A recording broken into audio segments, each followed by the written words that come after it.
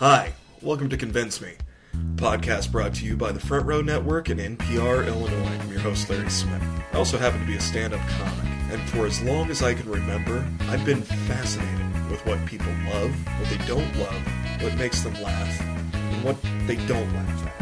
And on this show, we're going to explore a little bit of all that. So, thanks for joining us, and here's Convince Me. Today, I have a buddy of mine with me. We met once long ago. It was a special night. A beautiful evening. A special night.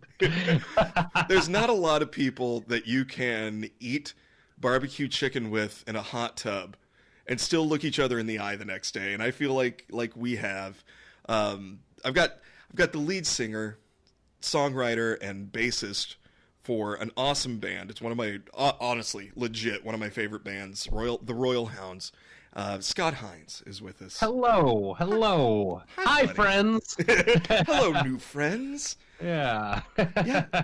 Yeah. We you know that night that you mentioned, we were just invited over to a friend's house, and I think the strangest part was chasing dogs.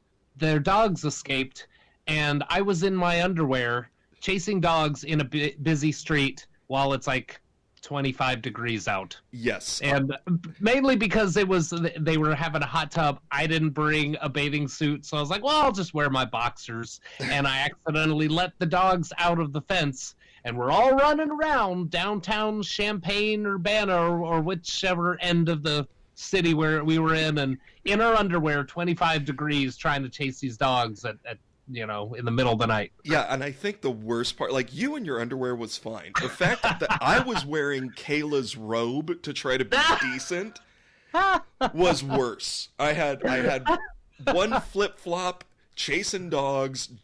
We had a few margaritas that evening. Yeah. And the bus, my favorite part is the bus just kept going. I don't even know if that was their route, but they just kept going around. Just what the hell is this? What is happening? I'm going to call the pound and the cops. What is...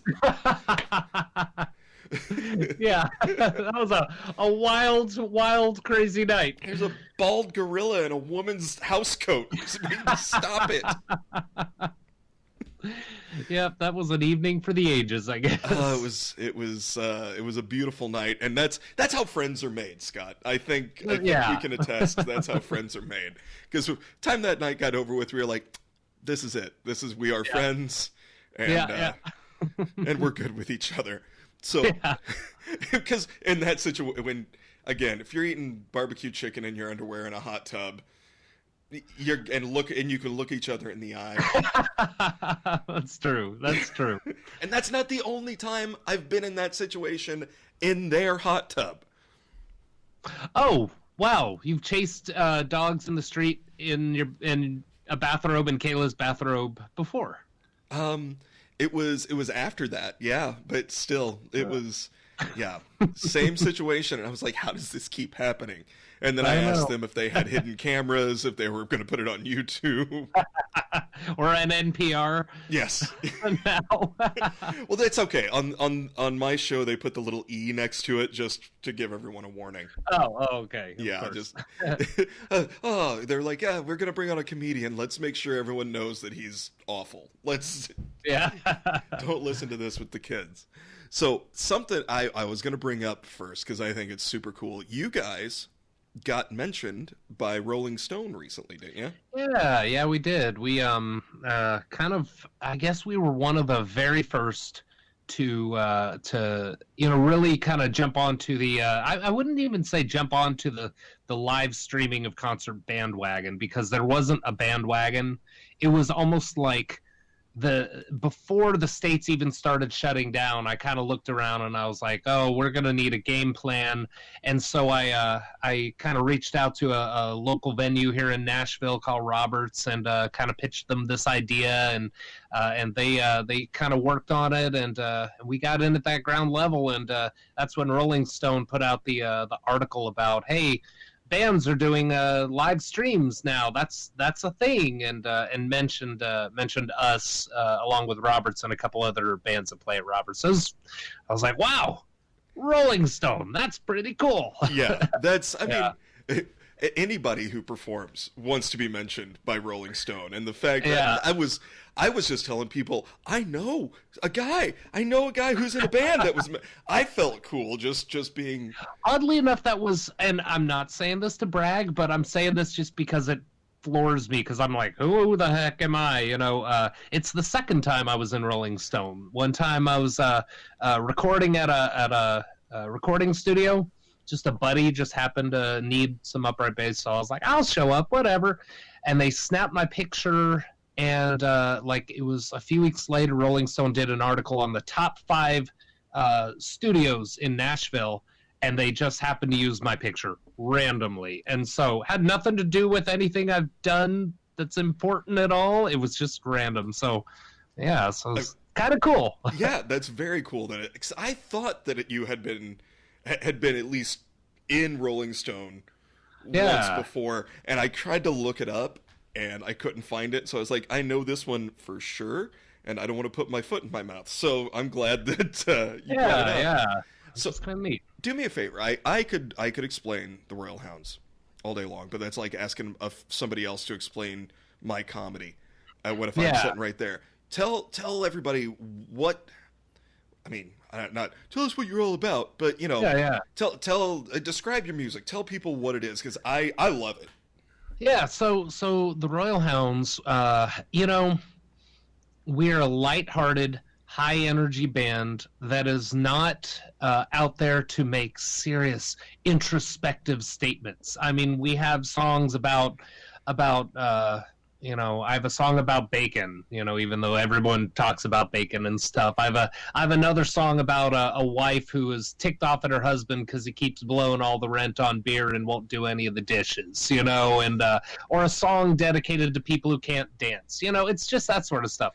But we make sure that like the musicianship is stellar, because it's a real fine line. It's like in stand-up, or not stand-up, it's like in comedy, the whole was it Chaplin said, if the situation is funny, the character doesn't need to be funny, just needs to be like just solid, straight man. Mm-hmm. But if there's nothing inherently funny about the situation, like a job interview, then the characters can be funny. Mm-hmm. So it's kind of like with the rule, it's like the comedic rule of negation.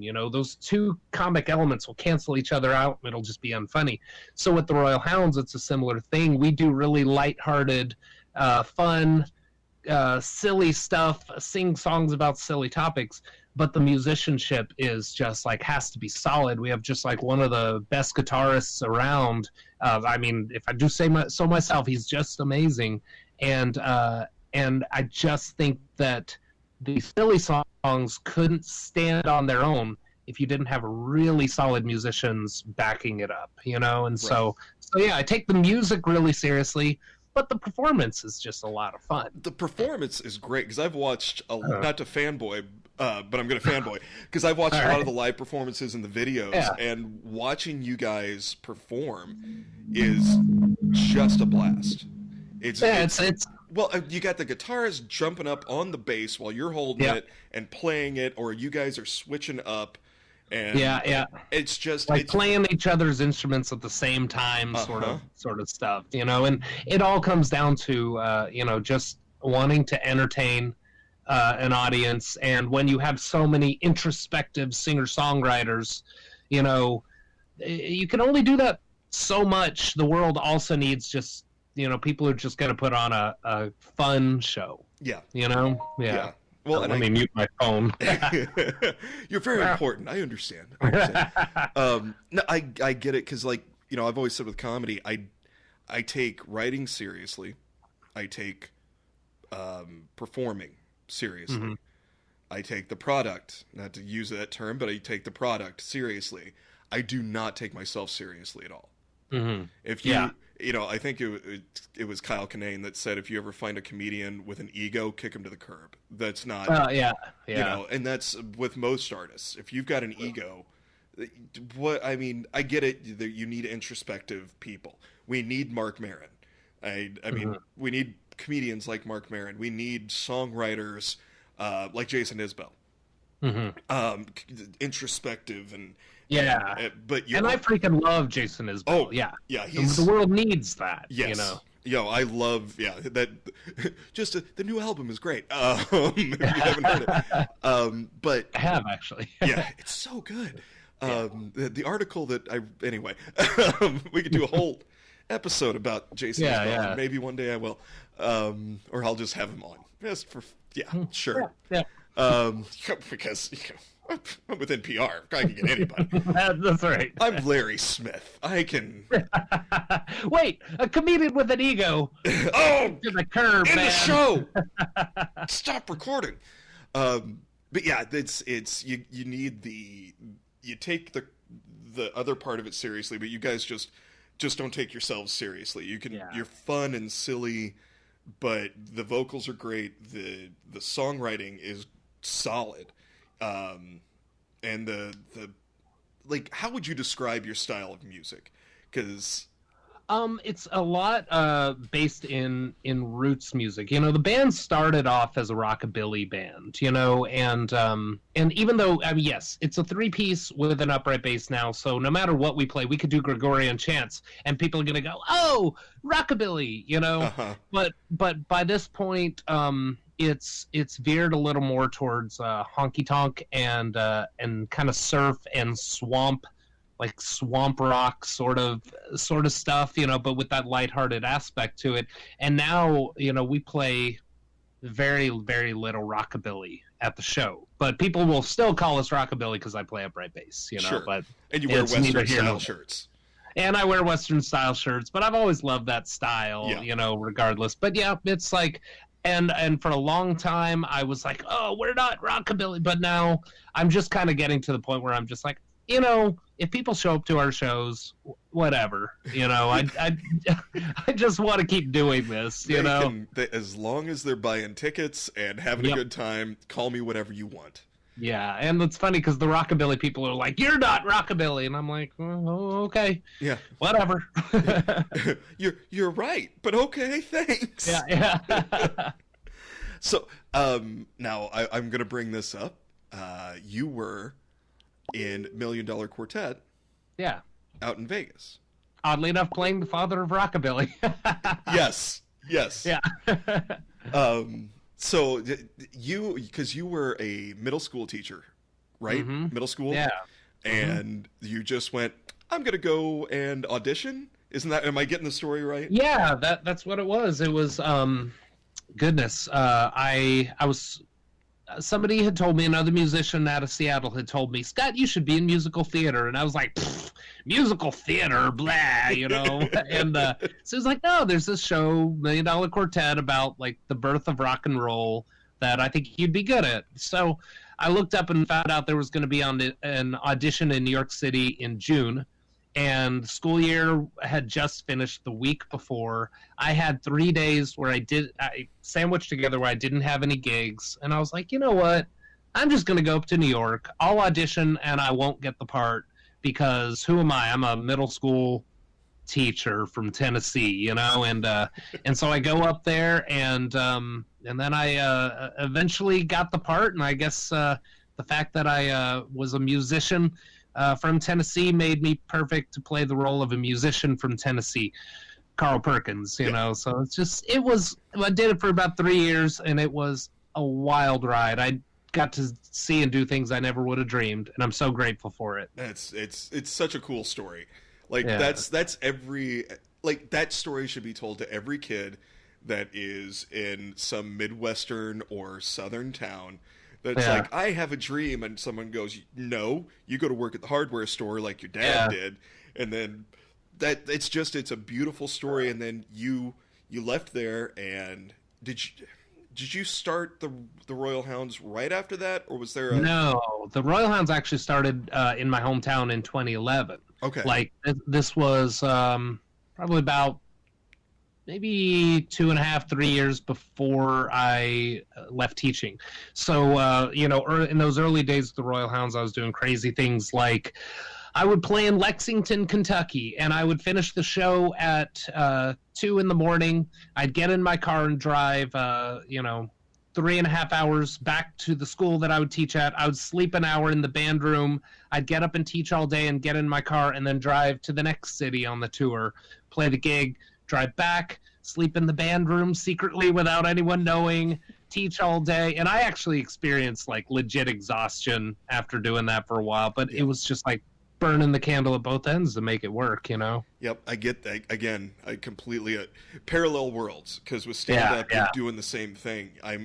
There's been several times where I've driven up to Chicago, which is about, with no traffic, 3.5 hours. Yeah. Do a show on a Tuesday night, do the Tuesday 10 at Zany's up in Rosemont, which is further north than Chicago, and either crash at a friend's house for a few hours, get up, drive, and be back to work, or get in the car, drive back, and get up and just be in my cubicle just praying that nobody comes back, or just nobody comes to check on me. Please don't let anyone come check on me. Or put a note up on my whiteboard, the sunglasses are on because I have a migraine, and people would be like, okay, well, we'll just leave him alone. Yeah, it's so you guys also have, to go back to the Royal Hounds, you've got, 3 studio albums, is that right? Yeah, 3 studio albums. You know what? I'll tell you, because we haven't said this to anyone, but we're secretly recording a new album. Like, we want to be productive during this COVID-19 quarantine thing, so we're secretly recording an album of 19 covers, and we're calling it Covered 19. Oh my God, I love that. So hopefully when all this is done, we'll have, and we are an originals type of band, but sure. we can't really get together that often to work up originals. And so we're like, this is a great opportunity to just record these songs that everyone requests at our shows anyways, for these covers. So we're like, just a cool thing. Yeah, that's really, so you just bumped up your episode to like the second episode. I mean, like, I've got, and the only reason you wouldn't be the debut episode is because on the first episode I recorded, I was like, this is the first episode we're recording. So I kind of have to do that one first, but now, because I want to be the exclusive. I want that. Yeah, well, you just got it, man. There you go. Beautiful. That's beautiful. So you've also, okay, I want to go back and talk about the albums. Yeah. Because you can legit see a growth, not a growth. I'm losing the word, but you can definitely see the changes between each album with the evolution. That's the evolution. That's the word I was looking for. You can definitely see an evolution between each album. But do you have like, and I know you may get asked this a lot, but do you have like an album that particularly is your favorite of the 3 studios? I love. All right, I'll start with this. I have an album that's my least favorite. Our first album my songwriting was so amateur, and it was just straight up just like so much just rockabilly and no creativity in chord progressions and really inside the box. And the quality of recording wasn't great. My songwriting wasn't great, but then I feel like with the second album, I really started like branching out and not listening to rockabilly for inspiration, listening to Buena Vista Social Club, listening to Russian circus music, to really kind of expand the songwriting. And then the third album, so that second album, I really feel like I started to come into my own more as a songwriter. And then that third album, when we added our Brazilian guitarist, Mateus Canteri, to that album, I just kind of hit its peak because, I mean, there's a reason that we spent 2 years working on getting him his work visa so that he could move to Nashville from Brazil, and because he is hands down the best I've ever seen. When you have Brent Mason, who is the most recorded guitarist in history, I mean, pretty much any country song from the 80s or 90s he was playing guitar on. When we were recording this last album, he was recording next door, walked over into our studio to go say hi to Mateus, and had known about his guitar playing for years down in Brazil. Wow. I was like, man, I mean, and Mateus is so humble. He is the nicest guy. Nicest guy. That's awesome. That's awesome. So honestly, I would listen to you describe the first album and then moving on, and this is exactly how I describe raising my 3 children. Yeah. It's very amateur on the first one. A lot of rookie mistakes. A lot of can't stand your firstborn, but he's fun. I love him for what he is. That's the thing. If he listens, he probably won't listen to this, but if he does, he'll laugh because yeah. You wouldn't look. I had him very young, and so he and I have helped raise each other, and so now I've got this adult person that I'm like, there's no way I'm old enough to have this adult person running around who loves to lean over and tell me to blow it out my ass. I love the kid to death. So your 3 albums are, so the first one was I'm in Love with the Zombie. Yeah. And you have Poker All Night, which is the album that I was most familiar with because that's what was out when you and I met, or what was coming out, I think, or was it all? No, because you had the music video coming up. Yeah. It had already come out like, I think maybe 5-6 months prior, or something. Yeah, like that. And then you talked about the music video, which was a lot of fun. I love that music video. I'm trying to remember which one it was. Was it the one with Mima wants to dance? No, this was On the Verge with that awful wig I was wearing. I think it may have been. Yeah. But and then the newest album, I bring this up because I love the title. It may be my favorite title of any album ever. Oh, but Low Class Songs for High Class People. Oh, I love that. I just always loved the juxtaposition, like of where the Royal Hounds, but that we called the Royal Hounds because I wanted something that was going to separate us from the pack, and so much of at the time rockabilly culture was hot rods and greasers and PBR, and I was like, well, what's the opposite of that? Royalty. But we still do these kind of low class stupid songs, so I was like, oh, I like that juxtaposition of low class and high class, Yeah, absolutely. Well, and I again, coming from a kid that was raised in the sticks, who listened to nothing but Merle Haggard, and and to hear that it is that but also, sorry to go back, listening to nothing but Merle Haggard and Hank Jr. and Hank Sr., depending on which grandparent I was hanging out with. But also was trained in Shakespearean theater. Mm-hmm. It just speaks to my soul because because everyone. What I love is the idea that everyone thinks that Shakespeare is this highbrow theater. It wasn't. He was the dick and fart joke of his time, which is beautiful. And took me until probably I can't remember how old I was, and I finally was probably my 5th or 6th Shakespeare production that I was doing, and I was like, oh, he was just the Judd Apatow of his time. He was super popular and could balance all these dirty jokes with all of these heavy ideas. And it was, man, I think I just wrote a thesis. I really should have.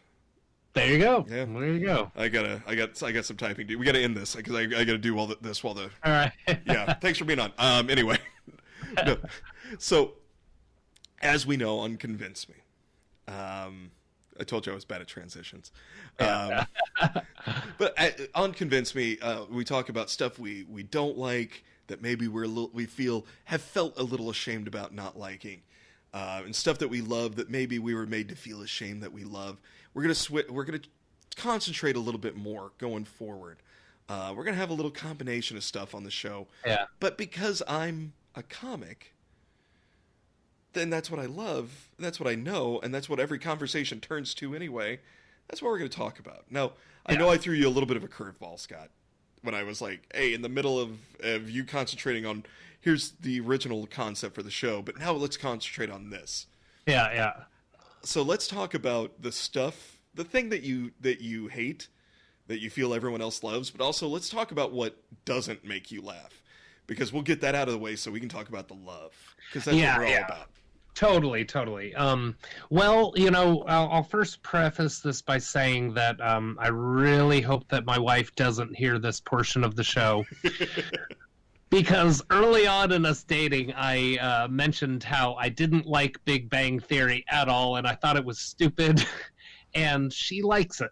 Yeah. Now that I've gotten to know her and appreciate her and respect her and love her, I realize why she likes it. Mm-hmm. She's oftentimes just gets very stressed, and Big Bang Theory is it's just something very easy to watch. You know what you're gonna get, and she enjoys it. Yeah. And I can't fault someone for just enjoying something if that's what brings you happiness. Even like bro country, I can't stand bro country, but if someone gets joy from bro country, all right, great. You enjoy what you enjoy. Exactly. Well, and see, this is what we're about on this show. Just because we don't like it doesn't mean we don't understand why someone else does, and we don't look down on that person. Yeah. I know I mentioned to you, there was a friend of mine, Clay Foley, on a different episode, who was defending Big Bang Theory. Yeah. And I'm with you. Not a big fan. Yeah. I know for him, he's saying that he likes it because of essentially the joke structure. Mm-hmm. He knows, here's a setup, here's where it's going, here's the punchline. He appreciates it for essentially the scientific side of comedy. Mm-hmm. The formula is there. Yeah. But I'm with you. My wife, Nicole, who you've met, it was the same way. She liked Big Bang Theory. Mm-hmm. And I would try to watch it and be like, what? All of these people are awful. I can't do this. Yeah, is that kind of the same feeling that you got when you were watching it?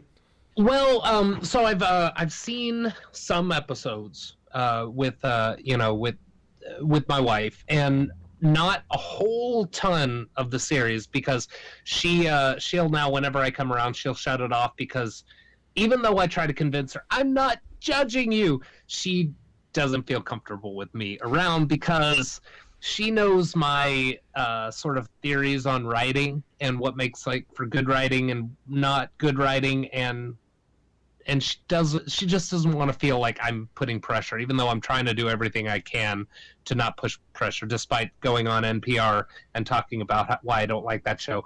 But I think a few things about the show that I don't like. It is the formulaic. That is one thing. The setup punchline, setup punchline, setup punchline. It's it just doesn't. It doesn't appeal to me. I really like, it's very formulaic, whereas you have a show like, let's say Schitt's Creek. Mm. And that show is, I find that show hilarious, but it's very much character driven. And so I was watching this episode where Alexis tells her dad that she's going to go to college.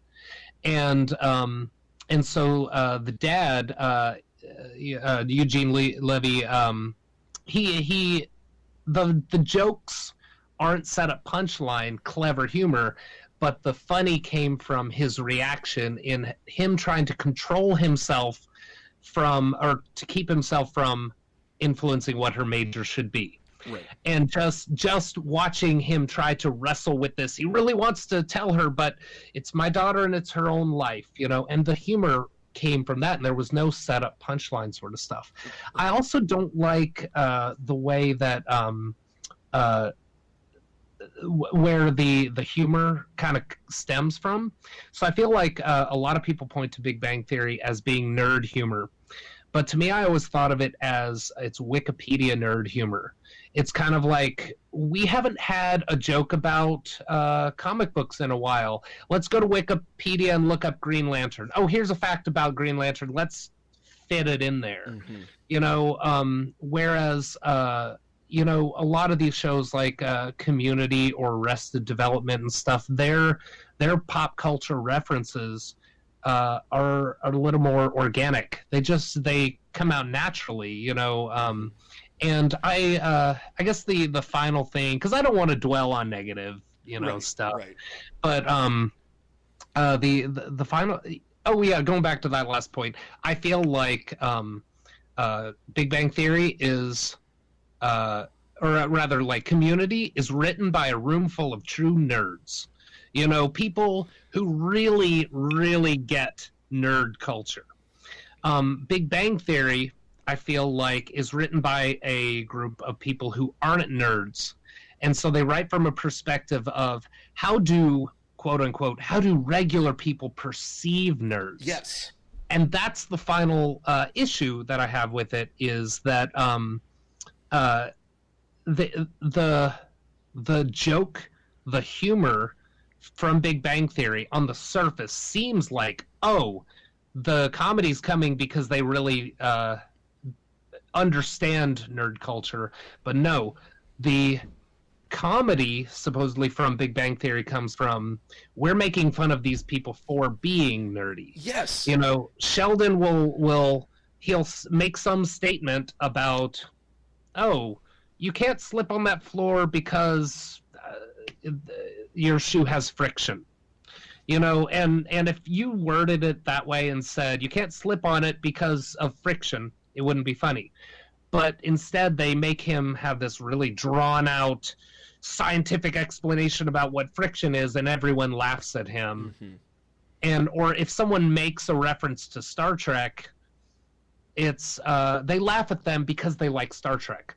But almost we as a society have gotten to a point now where we're celebrating nerds. We celebrate that deep, vast knowledge, and I feel like Big Bang Theory is behind the times because they are existing in the 1980s when we used to make fun of nerds. Yes.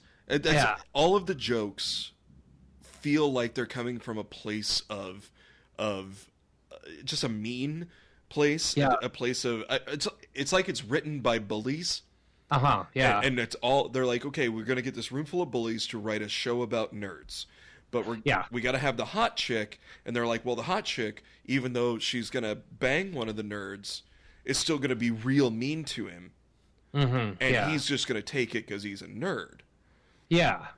And go ahead. No, I was saying that when you said that, that's kind of what just popped in my head. I was like, it's a room full of bullies, where it was, as like you said, Community was one of them.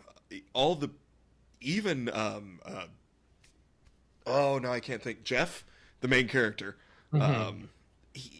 he's there's a progression. There's a character progression for him. The two nerdy characters on Community were written not as punchline.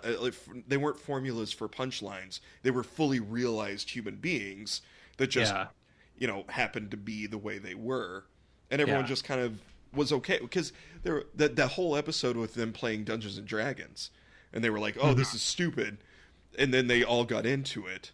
Yeah, that's instead of laughing at, you were laughing with. But on Big Bang Theory, when they talk about Dungeons and Dragons, the whole intent is to laugh at. Yeah, you're right. And I feel like as someone who grew up, I've been a nerd all my life. I grew up loving Star Trek: The Next Generation, and I feel like a lot of shows, comedies that have nerdy jokes that were written by people who have suffered at the hands of bullies all their lives for being nerds. Big Bang Theory, I don't believe they've earned the street cred as nerds to really, and that's why all their jokes are just so surface. And yeah, it's, laughing at nerds. But I guess the final point about Big Bang Theory is, I also feel like they are insulting to their audience too, not just nerds but their viewers. They will explain a joke and not trust that the audience has a deep enough reference well to get it. So I remember there was this one joke where they were talking about Megan Fox, and the person actually said, "Oh, if I could go on a date, I would go on a date with Megan Fox from Transformers."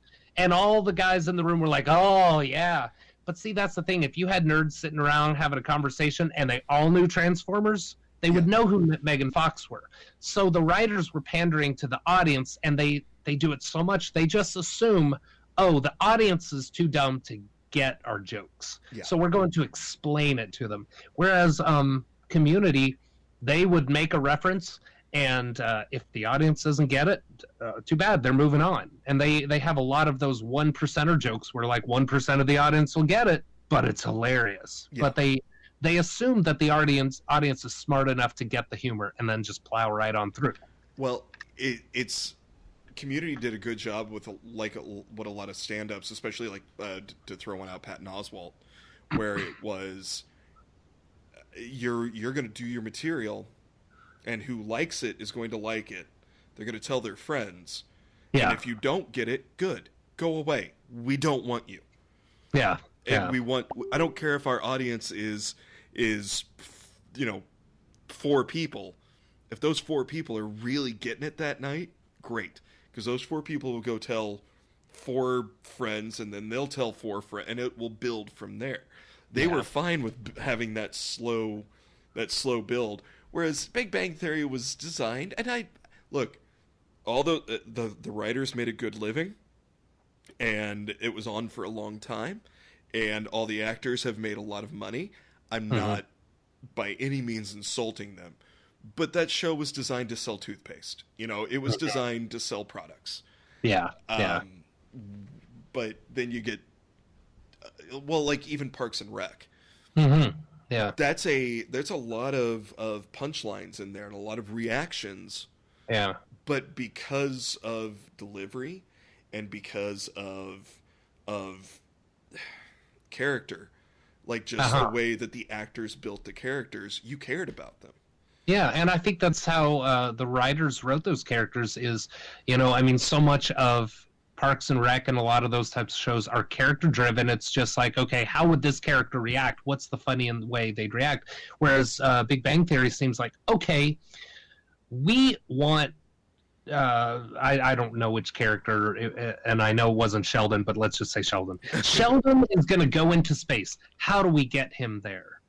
And then they would, the characters might not have like a realistic reaction to something, but it's all to serve the purpose of getting them to the end point. And that just doesn't work for me, Right.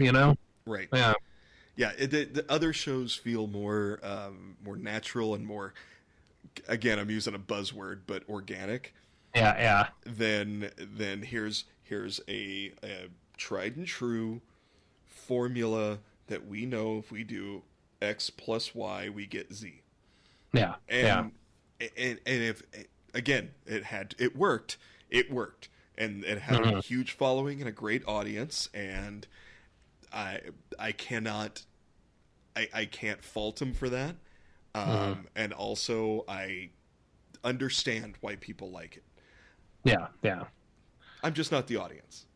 Yeah. And that's fine. And I really, truly believe that is a good place to be, because I don't want to, look down on the people who enjoy it just because they enjoy it, because everybody enjoys just different things, and, I love my wife, and she is the smartest person I know, hands down. She loves that show. And I know that it's not because she's dumb. She's incredibly smart, and yeah. So, it's just not for me. Sometimes we all just like junk food for our brain. Yeah. Yeah, I will occasionally watch a reality crime show, just to have a little candy for my brain. Watch a little Cops, just Yeah. just to have a little gummy bears from a brain, just to clear it out and be like, look at these dumb people. Yeah, He's gonna get tased. There, he's yeah. getting tased. There's nothing there. Okay, Yeah, but here's yeah. the more important part, and here's what All right. what also fascinates me. You know, knowing what doesn't make people laugh is great, but what makes you laugh? What is it that you love? Well, oh man, that's a that's a different sort of question. I need to give some thought to what actually makes me laugh in a big picture sort of way. I came to the table with like, oh, here's something that makes me laugh that I feel is underappreciated. Oh no, hit me with that. Okay. Hit me with that. Hit me with that. Yeah. So, back in around like 1999 to 2000 or 2001, Comedy Central had a show called Strangers with Candy. Do you like Strangers with Candy? Absolutely. Amy Sedaris is a genius. Oh, she is a genius. I think she is like, I hesitate to say this because this other person's so polarizing. I always thought she was funny. I feel like Amy Sedaris is the American Tracy Ullman. Yes. Yeah. And she has so many characters, and she is so funny, but she's a bit under the radar, you know, to where when people list their favorite comedians, very few people might throw out Amy Sedaris first, you know? Right. She's got the At Home with Amy Sedaris right now. Yeah, yeah. Which is, and she's like also like a female Phil Hartman. Phil Hartman, sadly, you know, I was at the NBC studios and went in and to the SNL studio, and they asked, who's your favorite SNL personality, and I said Phil Hartman, and like the guy giving the tour was stunned. He was like, no one has ever said Phil Hartman. Oh my gosh. He said they always say Will Ferrell and Adam Sandler, John Belushi, but no one ever says Phil Hartman. And I think that's because Phil Hartman and Amy Sedaris are so good at disappearing into their characters, you don't notice the human there. Yeah. When Jimmy Fallon would do a character, he would laugh, you'd see it. Whenever Adam Sandler would do a character, he'd almost always do the same character, and you would see Adam Sandler there. But Phil Hartman could disappear so well, and Amy Sedaris can disappear so well into her characters, you forget there is an actress there. Yeah, absolutely. Oh, absolutely. And it's which is a real shame, because she is... Well, Strangers with Candy, well, it helped to boost Stephen Colbert. Oh yeah. Not to take away from Amy, but just to, if people aren't familiar, you had Stephen Colbert on that show as one of the teachers, and I don't think if it was, of course he was UCB, wasn't he? Upright Citizens Brigade guy. Yeah, I know he was Second City also, I think. Okay, maybe that's I kind of sometimes it sometimes runs together, you know, but they all did meet in their improv troupe. Yes. You know. Yeah. And then but yeah, the concept of a 40-some-year-old woman who has to go back to high school and then has all the same high school problems as she would have. Yeah. But it's such a, and it's so ridiculous. It's so ridiculously funny. And I think on its first airing, I remember watching it, and I only got back into it maybe in the past 2 years. And so on its first airing, I didn't get it. I was too young to understand that this is all a takeoff of after-school specials. And I don't even think I realized how raunchy the humor was for that show, which is very cool, because I think that prior to that show, I can't remember many female comedians who were as raunchy as Amy Sedaris was on that show. I'm sure there were plenty of male comedians who were, but Amy Sedaris was kind of groundbreaking in doing that and laid the foundation for a lot of these female comics that just go balls to the wall, filthy, you know. Yeah. But she did it. They did it in a smart way. It wasn't just being blue to be blue. You know, it was used for really good comedic effect. You know, and because you know, at the time you were watching it, the fact that a lot of it went over your head means that the writing was really good, because you can do blunt, punchy in the face, here's a dick and fart joke. Yeah. Which, don't get me wrong, I love a good dick and fart joke. I would, come on, I'm an American. I would be very unpatriotic if I didn't. But with jokes like that, where at certain ages it goes over your head. Yeah, and I was extremely naive at the time. And granted, when this was on, I was like a senior in high school or something like that. So I was old enough to where I should have known, but I was extremely naive back then. Unfamiliar with the ways of the world.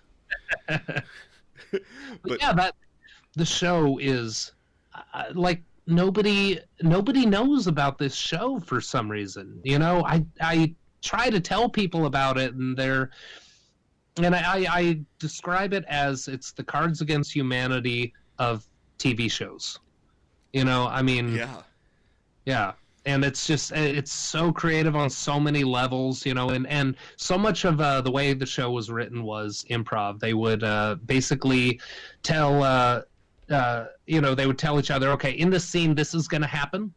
And then they would improv around, and they would have somebody sitting off with a notepad writing down all the best lines. And then they would go and film that, and that's how they would write their scripts. And then when they would film the scene, they would just leave the cameras rolling. And then they would just have to keep making up lines, you know, even after the scripted part was done, you know. I just love that style of writing, you know, if you can pull it off. Sure, yeah. Well, and that's, again, here's the idea. I think Christopher Guest does that with every one of his movies. Yeah. It's here's where we need to get, and here's the points we need to hit. Yeah. However we get there, just make it happen. And it wasn't. You can tell in situations when it's good, like Strangers with Candy or a Christopher Guest movie, you can tell when someone's trying to go for the laugh, and when they're just playing the character, and when they're just being the character, it's 1,000 times funnier. Yeah, yeah. Which I was not expecting a Strangers with Candy. That's not. Yeah. It's my new favorite show. You know, I just for the past 2 years I've watched like several episodes every single week.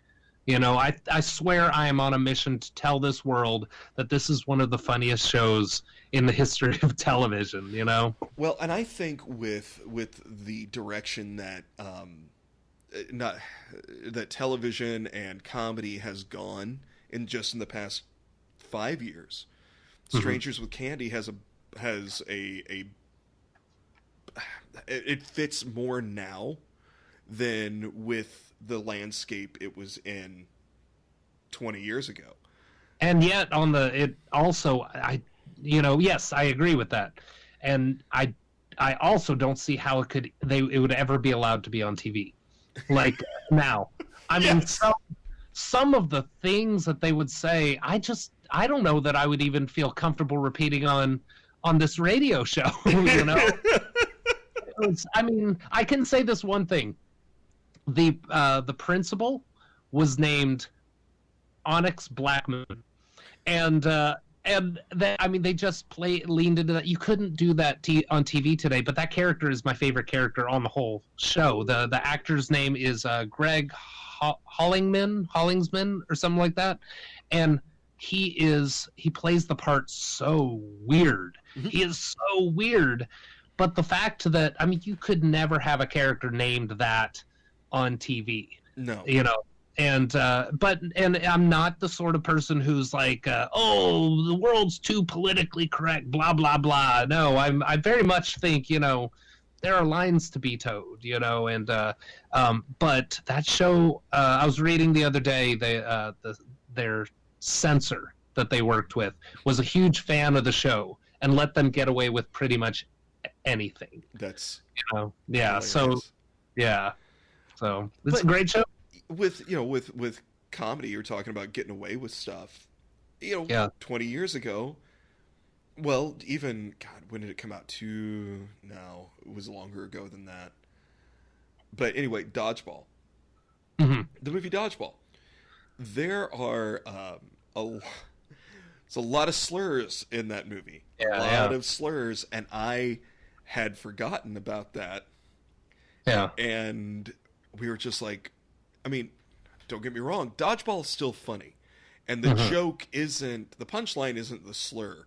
The punchline is the fact that this old guy is still stuck in that Yeah, time yeah, frame, and he's still using these old terms to yeah, be insulting. That's the joke, and it's easily missed. It's like it's like when people tried to go after Robert Downey Jr. recently for doing blackface, yeah, yeah. and the joke was, no, he yes, he was in blackface, but the idea was to make fun of actors that think that they can do that. Yeah, Yeah, yeah, and there were I know that got swept away, but it's stuff that at the time you're like, oh, this is fine, but now we're like, we evolve as a yeah. society and as a community of humans and as comedians, and any comedian's like, I can't believe I can't say this. You can say whatever you want, just make it Yeah. funny. Yeah. You And know, I think that every I personally think no topic in comedy is off limits. It's how you present it. You don't mock the victim. hmm Goodness, I hesitate to bring this up but George Carlin had a bit on one of his albums, and the bit on the CD, you could read it, was called "Rape Can Be Funny." Now, rape is not funny itself, but Carlin talked about, and it's been so long since I've heard this bit, but Carlin was able to pull it off to where you weren't laughing at that horrible act. You know, he was making fun of the things around it, like we're going into dark territory here. I want to still kind of keep it light, fair enough. but he was basically doing it to prove that no topic is off topic. It's in how you approach it. Right. Right. Oh, yeah. It's the concept of you punch up, you punch out, Yes. you punch in, but you never punch down. Yes, exactly. Yeah. I do some jokes where I'm always ultimately the butt of the joke. Yeah. I have a joke that if taken completely out of context could make me sound really bad. I'll just put it that way. But I have done it enough that ultimately, no matter who listens to it, they go, "Oh, he's the butt of the joke. It's not. It's not over here." And I'm not a controversial comic, but sometimes I like to toe the line Yeah. for fun. What was I gonna? Kyle Kinane on Netflix, the comedians, and he had the 30-minute special on Netflix. Did a most of his set about the Ku Klux Klan, Hmm. and it was hilarious. And Yeah. it wasn't, oh, these guys are okay. He's just making fun of them constantly. But Yeah. if you were only half paying attention or had only half a brain, it could almost seem like he was sympathizing Yeah. and trying to Yeah. make them a sympathetic character, when really he's just he was making fun of them and himself the entire time. Yeah. Yeah. And like you said, there's no subject that is off Yeah. limits. I used to do this character, just kind of for fun and stuff. But I actually entered a Knoxville's kind of version of American Idol, where it was just at a local bar or something, singing contest. I knew all the judges, and so I didn't actually want to enter as me. I really could care less about winning a contest like that. But I entered as this character named Skeeter, and I wore these like really way too short jeans cutoffs and a midriff cutoff and a mullet wig and like a handlebar mustache sort of thing. Played it really, really redneck and misogynistic. And but the thing was, in the misogynistic character that I was doing, I was never actually like making fun of women. I was making fun of misogynists. You know, I was being a buffoon on stage, and in a way it was like, yeah, misogyny is pretty a very crappy thing, you know. It's horrible, but if you can play it right to where you're making for the misogynists, yes, then you could do comedy about that, even, right? You know, Again, as long as it's punch up, punch out, punch in, punch in, yeah, and that's more often than not, that's where I land, is just because if you punch up, you're gonna probably piss off somebody. Yeah. Well, I like that guy. Well, I like this guy. Just don't bother. You know, you punch out. That's still, you know, you're still tricky to just, as long as I'm punching myself in the face. Yeah. The audience loves me, and it doesn't matter. I've got I'm not running a bit, but I've got a joke about guns. Mm-hmm. And I have it is probably an 8-minute bit. It involves a couple different ideas about firearms, and I have done it for very liberal crowds, and I've done it for very conservative crowds. Mm-hmm. Both crowds. In fact, I did it one night at a comedy club in Arkansas, where you could see the split down the middle of the room. One side leaned more red, one side leaned more blue. And I did that joke, and everyone laughed, and I looked up, and the owner of the club is in the back of the room, and he kind of gave me the high sign, like, there it was. That's my boy. And I was like, ha ha, yes. And it was towards the beginning of working that joke. Yeah. But I was like, I kept thinking to myself the whole drive down there. I'm like, I don't know if I should do that joke there. It's Arkansas. I don't know. I don't know if I should do that joke. And it was my wife. It was like, just do your material. Yeah. Just do your material and have fun with it, and people will be on board. And so she did get to give me a good, see, told you.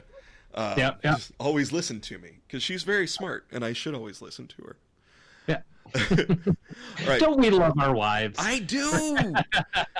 I've got the best wife. I know we all say that, but it's true, because I get made fun of because people are like, well, she's not even there. Why are you complimenting her? Because I am, because she's the best thing. She's going to listen to this on playback, right? Yeah, exactly. Exactly. And I sleep heavy, and she could stab me. Yeah. She's good at that. All right. So, Scott, I appreciate you being on the show. Is there anything else you'd want to touch on before we go? No, I just appreciate getting to talk about this. You know, like my background, even before I became a working musician, was I got my start in comedy improv, and all through my early 20s, like I was unsuccessful, but I tried getting a comedy writing class started at the University of Tennessee, because I was an English major. And I was just like, my dream was to write for The Onion, and which obviously they have like 10 staff writers, and that's it, or something. Good thing that didn't pan out, huh? Yeah, right. But yeah, I was like, comedy, even though I'm not a stand-up comic myself, I have just a huge background in comedy. Like I would take a stab and say I might own one of the largest collections of silent film comedies in the state of Tennessee. You know, I mean, I was obsessed with Buster Keaton and Charlie Chaplin for so long, you know, so I always do interviews about music. I never get to do a comedy interview, and I love that topic. Well, if you want to come back on, I'll have you back on sometime. All right. We'll talk about something else. Okay, tell people where they can find you and how to keep track of you. Yeah, so we're at TheRoyalHounds.com. We have Instagram. We have Facebook. We now have TikTok as of last week, and I'm still trying to wrap my head around that one. And if you're ever in Nashville when quarantine is not a thing anymore, we play down at Robert's Western World, which is like the last place in Nashville where you're going to find like traditional country music, Hank Williams sort of stuff, you know. We play a little more raucous than Hank Williams stuff, but we do a couple Hank songs. You play the way Hank partied. Yeah, I'll take that. Yeah, use that. I get credit, but use that as your tag. Okay, that works. That works. Yeah, it's like I came up to write that McDonald's song. Yeah, what's that? The McDonald's. Yes. Man. Yeah, that will be an epic. And it needs to be an epic song. I really want to turn that into a short story. It's in my mind. Yeah. I am very excited. I'm very excited. All right. Well, Scott, thanks again for being on the show. Thank you. And for Convince Me, I'm Larry Smith, and thanks for joining us.